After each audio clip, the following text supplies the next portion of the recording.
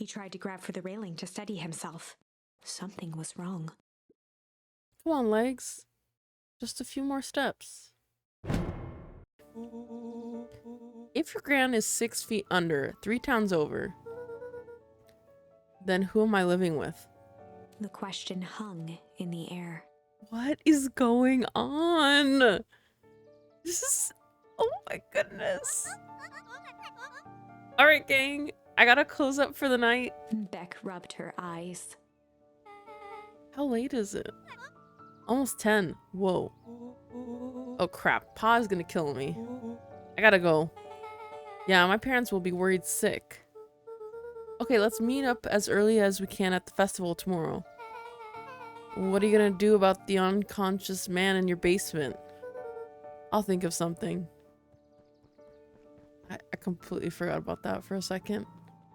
Luca's heart was pounding as he approached the house. If he was lucky, Gran, or whoever it was, hadn't gotten back yet. And of course, there was Mr. Tolliver tied up and unconscious in the basement. Dealing with him would be the first order of business. Luca shook out his arms to calm his nerves before entering.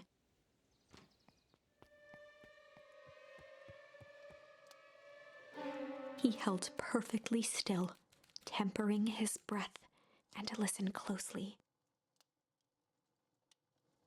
She was asleep. His only hope was that she hadn't found Mr. Tolliver before dozing off. Alright, let's go check on Mr. Tolliver in the basement. Honestly, she's giving me Scooby-Doo vibes where, like, the person, the villain, will open, like, one eye while they walk away. Okay, at least it's open. Maybe. Oh, crap. Oh, no. Mr. Tolliver was nowhere to be seen. Okay. Maybe he woke up, escaped from his bindings, and left without a trace? Or maybe Gran knew everything. What do I do? Luca's hungry stomach groaned. Not realizing it, he'd gone the entire day without eating. Okay, I can figure this out. Just need a little brain food. Luca rushed over to the pile of jam jars, unscrewed one, and shoveled a handful into his mouth. I'm afraid your jam delivery will be delayed. He flipped the lid to read the label. Mr. Nuncreed. Okay, now I can think. So if Gran knows we tied up Mr. Tolliver, I'm screwed. If she doesn't know, then I need to play it cool. I guess the only option is to go to bed and act as if nothing is wrong. Gran will think Mr. Tolliver finished what he was sent to do and left when he was done. Go to sleep. Okay, let's go to sleep. Did we miss anything else around here? Doesn't look like it. Alright, let's go to bed. I don't think that... Okay, a little part of me wants to check on Gran. Well, that's not great. Gran? Okay, stick to the plan. Go to bed and play cool. I don't like this. As Luca climbed the final stair, the emotion of the day dragged heavily on him. With each consecutive step, his legs weakened. His stride began to falter. He tried to grab for the railing to steady himself. Something was wrong. Come on, legs. Just a few more steps. Luca groaned and tried to move. His limbs might as well have been bolted to the ground. Oh, goodness. Through numb lips, he mumbled just before falling asleep. The germ? So went to bed in the middle of the floor. That's not great. Sweet boy. What did you get yourself into?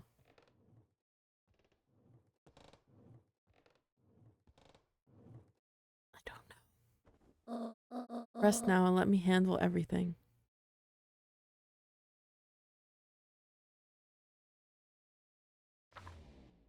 That's not great. Chapter 9. Chapter 9. A speech to end all speeches. Okay. Luca awoke to find himself face down in bed.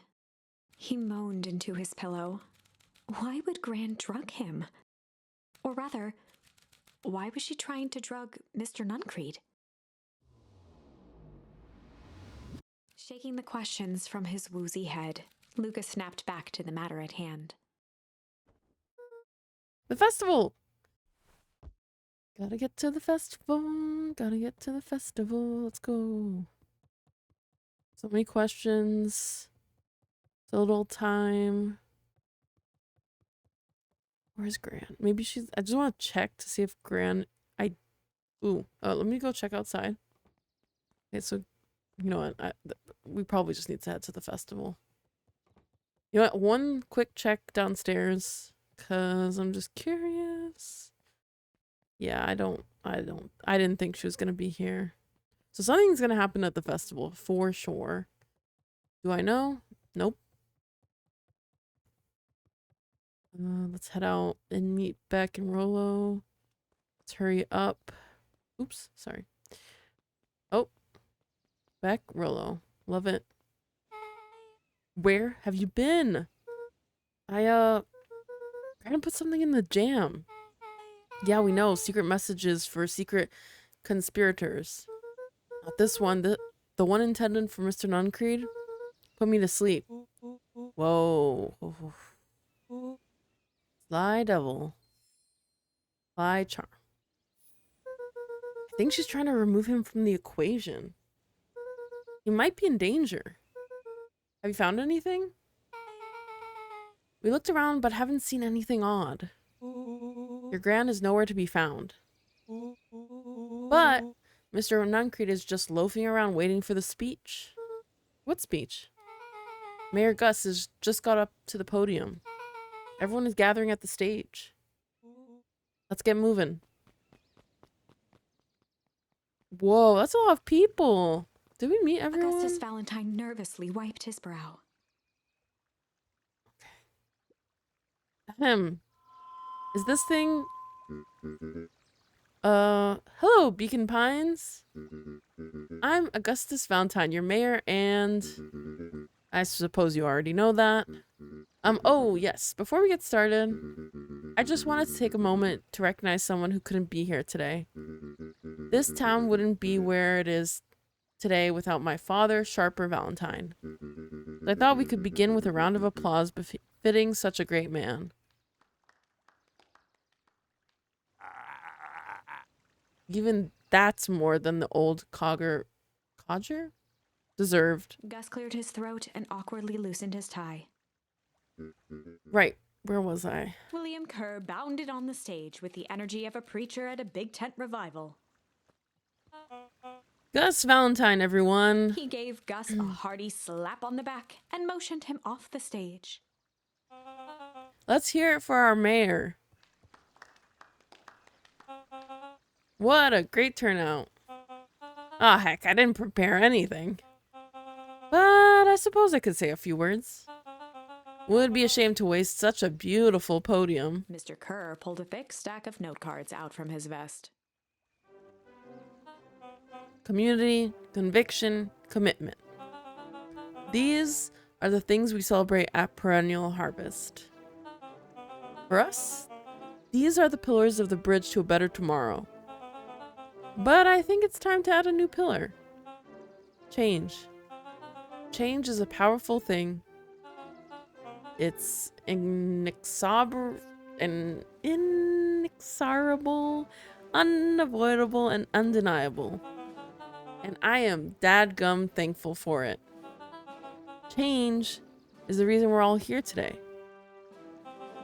It's hard for me to believe that it was only 4 years ago when fate brought me here. A simple business trip which brought me to a small town which would change my life forever. Mr. Kerr took a moment to survey the crowd. You know what? He wiped away a single tear.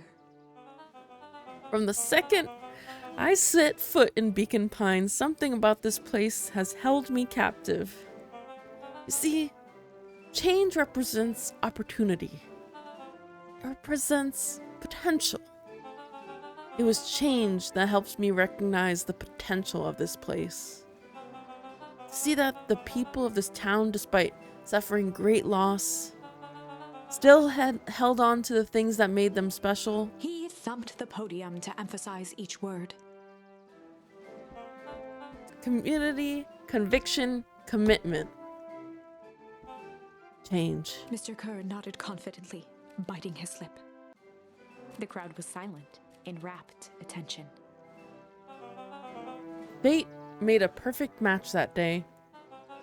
Nothing is more important to you all than community. And Perennial Harvest is a community first and foremost. Mr. Kerr methodically made eye contact with each section of the crowd. The only way you made it through the foul harvest was an unshakable conviction. A conviction that a better tomorrow was just over the horizon. Perennial Harvest was founded on the conviction that we are that horizon. This festival is a symbol of our commitment to each other. His voice began to build to a crescendo. We now walk hand in hand into a future we will shape together. And that is what change is all about. Grabbing the future by the scruff of the neck and making things happen. Change is a choice. I am tickled pink that we will all be making that choice together. How great is that? Just imagine what we can accomplish. Uh-oh. What was that? The crowd began to look around nervously. Don't worry, a little thunder isn't going to ruin this day. Everyone remain calm. Mr. Kerr quickly flicked through his note cards. Where was I? Through all of my travels, I have learned one true thing. One always reaps what they sow. We have all planted a lot of good in this town. And so, it is with a happy heart that I can proclaim, He raised his hands up to the heavens. our harvest awaits! There's that ice again! Whenever I think we're getting close, it comes along and ruins everything. Maybe we should just quit? Maybe you should just close the book, walk away, and never think of me again. No, I don't mean that. We got a little closer this time. We just need to try again. Please. Okay, so I have a ooh. Okay, so I have a funny feeling we need to try. Ooh, maybe Sly? We'll get the Sly chart here. Let's give it a try. They'd run the classic good cop, sly cop interrogation. Luca and Rollo ducked behind a barrel, leaving Beck to her task. With a few crisp snaps, she roused Mr. Tolliver. What? What's going on here? You're that Modil girl? Please call me Beck. Sorry about all this. Mr. Tolliver looked down and shifted a bit, testing his restraints. It seems there's been a mix-up. You see, I'm down here for the same reason you are. Juniper sent you here? Beck caught herself before letting the surprise manifest on her face. She'd already gotten him to reveal his relation to Gran. This was gonna be easy. You know how Juniper is with her precautions. Operation Sparkplug has us all on edge. I guess she thought you needed some backup. But she sent a child? What better way to avoid prying eyes? Who would suspect a kid? I suppose that makes sense. Mr. Tolliver wriggled a bit in his restraints. Oh, I'm so sorry. Beck quickly removed the ropes. That had to be uncomfortable. A little, yeah. But you understand. We never know who to trust in this town. Mr. Tolliver rubbed the growing knot on his forehead. Very true. So, it turns out we're both here to... Beck twirled her hand, as if to prompt Mr. Tolliver to finish her thought. destroy the evidence. Beck shook her head and clicked her tongue. Yep, the old gal is nothing if not thorough. Mr. Tolliver let out an amused huff in agreement. She sure is. Can't blame her though. If anyone were to find out that we're going to destroy the source, well, we both know how bad that might be. No one will know anything once I finish cleaning things up down here. Beck was on a roll now, playing Mr. Tolliver like a fiddle. You're sure you can finish this up on your own? Juniper trusted me for a reason. You can leave the rest to me. Good. There's one more loose end I'll go work on. Loose end? Oh, it's nothing really. The other day I had the radio on scan while restocking the candy shelf. And wouldn't you know it, it intercepted an odd phrase in a perennial harvest transmission. Underground secrets. That's ominous. I think it might be a password, but Juniper dismissed it. Said it wasn't mission critical. What's the password for? We don't know. So we have a password and nowhere to put it. It's gotta mean something, right? Good thinking. You should probably go work that out. I've got this under control. That's a relief. Between you and me, this basement gives me the willies. Heading for the stairs, Mr. Tolliver hesitated and turned to Beck with a puzzled look. She grinned and gave him a peppy wave. With a shrug, he continued up the stairs, whistling a jaunty tune. You guys catch that? Sure did. This whole time, Mr. Tolliver's had a candy shelf. But all he ever sells is his apples. Beck blinked slowly in disappointment. The password, Rolo. Well, sure, but once things are back to normal, I'll be having a word with Mr. Tolliver about that candy shelf. Fine. In the meantime, I've got an idea. She turned to the table and began tearing small scraps of paper. He said he heard a password on the radio. Any good spy transmission is never what it seems. Beck marked each scrap of paper and leaned back. We just need to find the hidden meeting. Okay. What's another word for underground?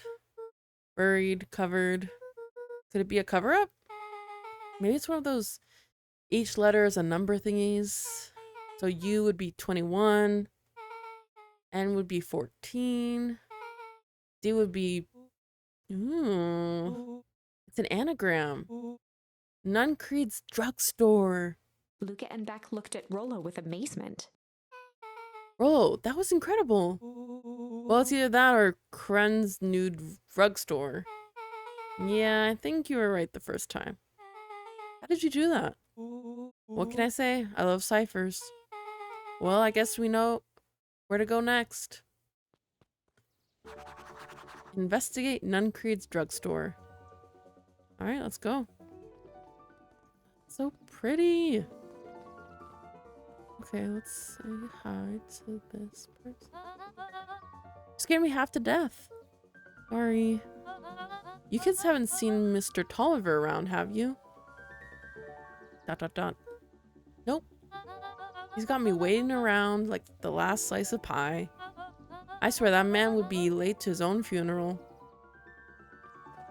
Oh, she's waiting for Mr. Nuncreed. Alright, let's head to the drugstore.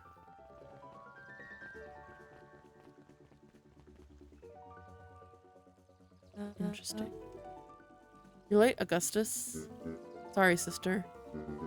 Was caught up with work. Work? You? I had a few more details to lock down for the festival. Oh, what do you have to report? What is this insipid town festival really about? Gus looked around nervously. I think Mr. Kerr really does just want to do something good for the town. He's actually a pretty nice guy. You should spend some time with him. I didn't pull strings installing you as mayor so that you could make friends. Your job is to help me figure out what Kerr and Perennial Harvest's true intentions are with this town. We have a responsibility. This is our father's town. Was. Excuse me? This was our father's town. He's gone, Eris, and he isn't coming back. Father left us with nothing but problems. Mr. Kerr came here and offered to help us. We accepted that help. We didn't agree to them turning Father's warehouse into a toxic dumping ground. That is just a temporary arrangement. The glow can be seen from our damn backyard. They are dumping their nasty little secrets on us. When this all inevitably goes wrong, who do you think will be blamed? Eris's cry hung in the air. We have a new choice to make now, sister. This town is going to change whether we like it or not. Are we going to choose to be a part of that future? Or to be forgotten in the past? It's a shame. Father named you Augustus, but you will always just be a Gus. Good night, Eris. I'll see you at breakfast tomorrow. So sad. It's getting late, children. Okay, let's go talk to person reading the book. Knowledge, he spat with a sneer. There exists a gulf between knowing something and being able to do a damn thing about it. I do hate it when the villain makes a good point. Yeah, me too. It gives the villain depth, which is great. Let's go talk to Solomon. Solomon stood proudly at the entrance to the drugstore, holding a brown bag overflowing with black licorice. Hey, Solomon. We're looking for Mr. Nuncreed. Is he still in there? I'm afraid not. Then where'd you get the candy from? You might say we have an arrangement. Solomon shoveled a surprising amount of licorice into his mouth. Sometimes it's the small pleasures in life. Though we might not always have family to rely on. Licorice has never let me down. Well, I can't say licorice would be my first choice, but whatever floats your boat. You can tell a lot about a person by their choice of confection. Oh, yeah, I guess. I like sour gobs. I'm certain you do. I always wondered why Mr. Nuncreed kept licorice in stock. You must eat enough of it to make it worthwhile. There are many ways to earn loyalty. For some, it's as easy as cold hard cash. Interesting. Well, he's right, it's locked. There's gotta be more clues. Okay, let's see.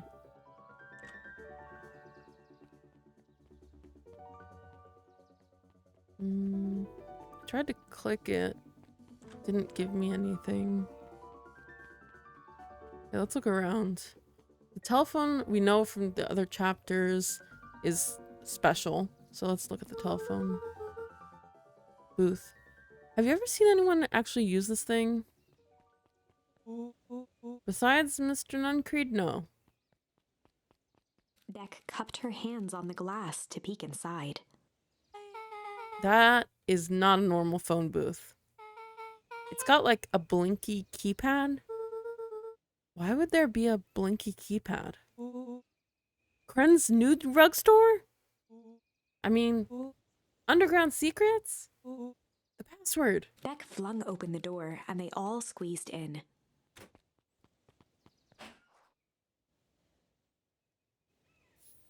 We have investigated Nuncreed's drugstore. Alright, let's see here. Luca cracked his knuckles and entered the letters into the keypad.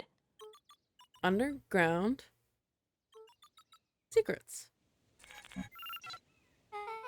Sounds like that did something. Great. Now what? I guess we... The inside of the phone booth dropped loose from its shell. Without even the space to panic, they closed their eyes, held their breath, and accepted their fate.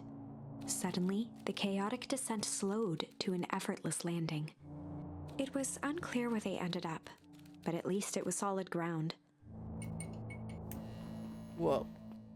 The air was stagnant and smelled vaguely of chlorine. I knew it.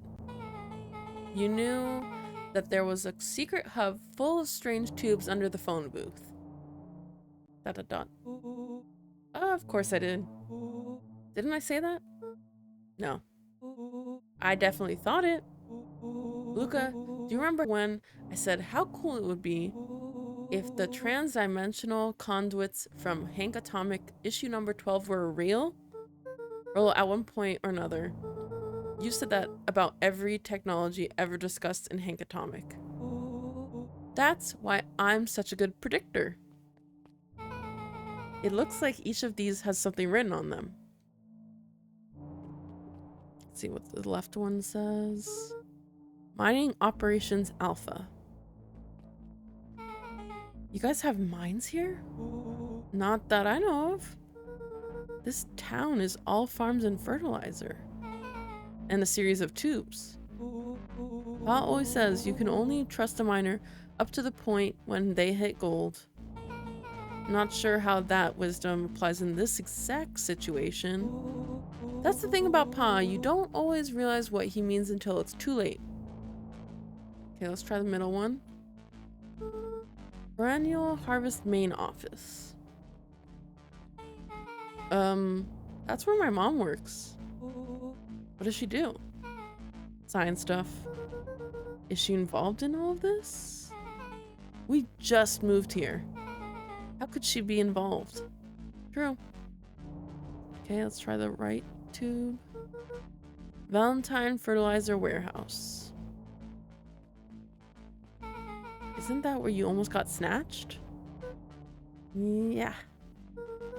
Why would Perennial Harvest have a tube going to the old Valentine place? This is starting to feel like something big.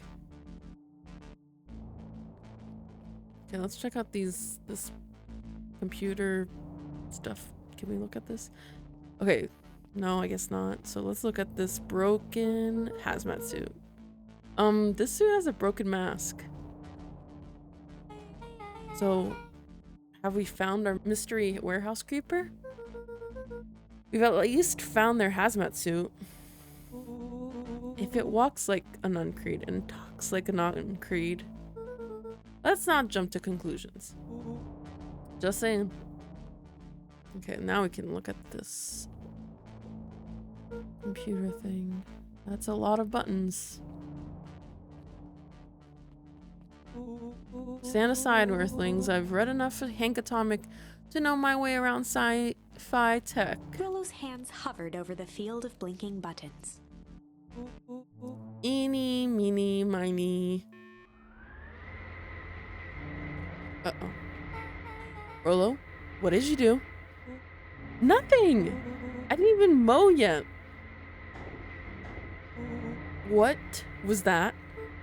Hide. Where? There's nothing but weird tubes down here. Just get back.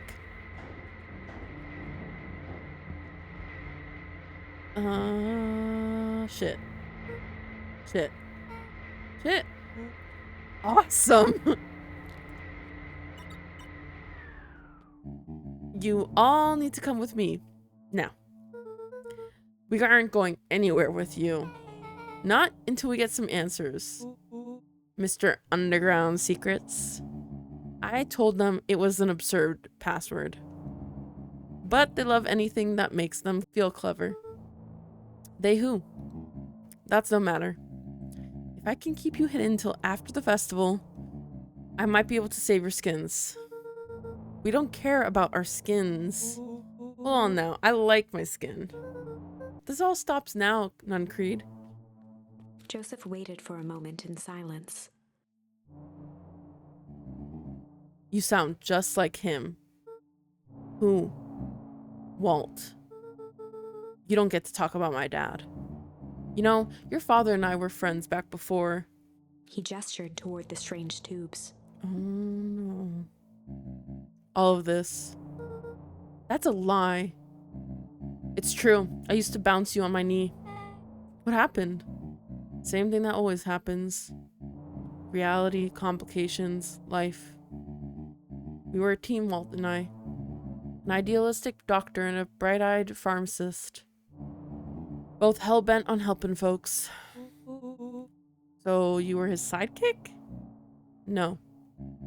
We were partners. He helped the patients and I helped him. Yep, total sidekick. Nuncreed let out a growl of a sigh.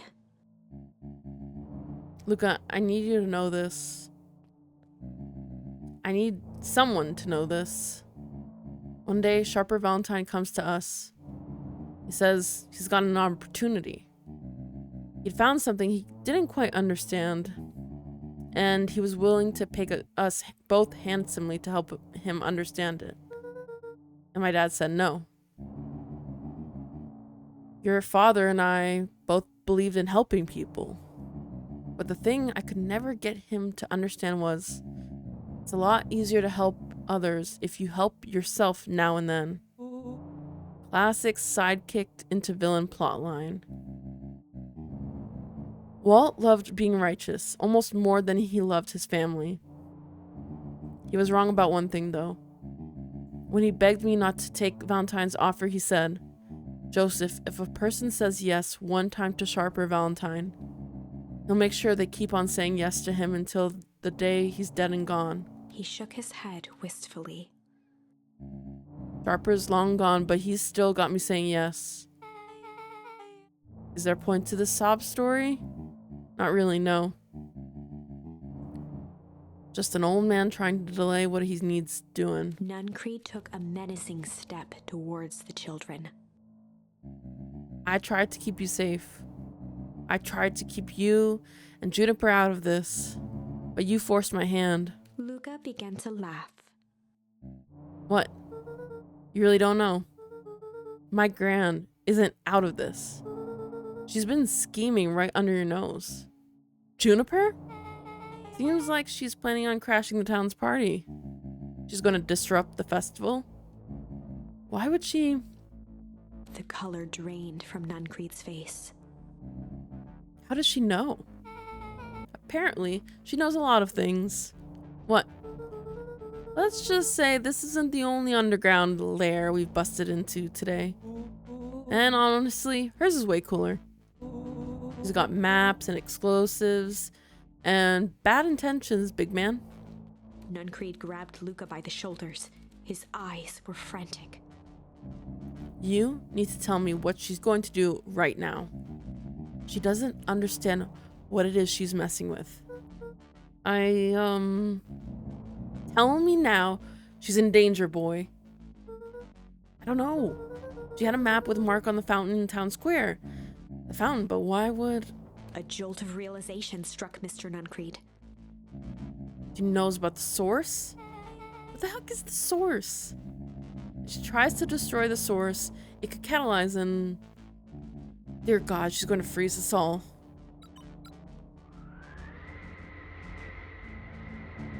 You all need to run. Run where? Away. As far away from this town as you can get. Head west and don't look back. That did not go how I expected. So... We're totally following him, right? Totally. See you on the other side. You good? Yep. I love this town.